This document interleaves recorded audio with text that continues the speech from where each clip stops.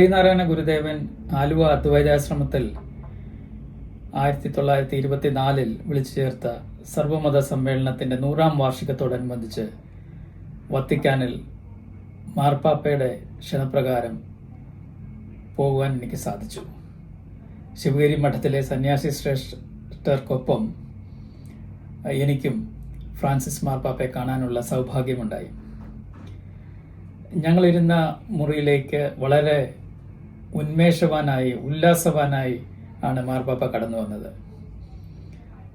എനിക്ക് അദ്ദേഹത്തെ കാണാനുള്ള നിമിഷം വന്നപ്പോൾ ഞാൻ എൻ്റെ കയ്യിൽ കരുതിയിരുന്ന ഒരു റോസ് എടുത്ത് അദ്ദേഹത്തിന് സമ്മാനിക്കുകയുണ്ടായി.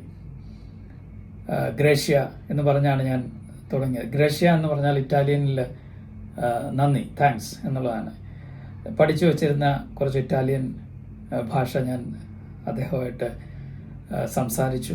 അദ്ദേഹം തിരിച്ചും വളരെ സന്തോഷത്തോടു കൂടി സംസാരിക്കുന്ന മുഖം ഇപ്പോഴും എൻ്റെ മനസ്സിൽ തെളിഞ്ഞു നിൽക്കുകയാണ്. ദൈവതുല്യനായ ലോകാരാധ്യനായ ഫ്രാൻസിസ് മാർപ്പാപ്പ കാലം ചെയ്തുവെന്ന് ഒരിക്കലും വിശ്വസിക്കാൻ പോലും സാധിക്കുന്നില്ല.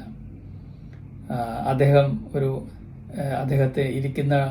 അദ്ദേഹത്തിൻ്റെ ചുറ്റിനും ഒരു പ്രഭാവലയം ഉള്ളതായിട്ട് അനുഭവപ്പെടാനും സാധിച്ചു.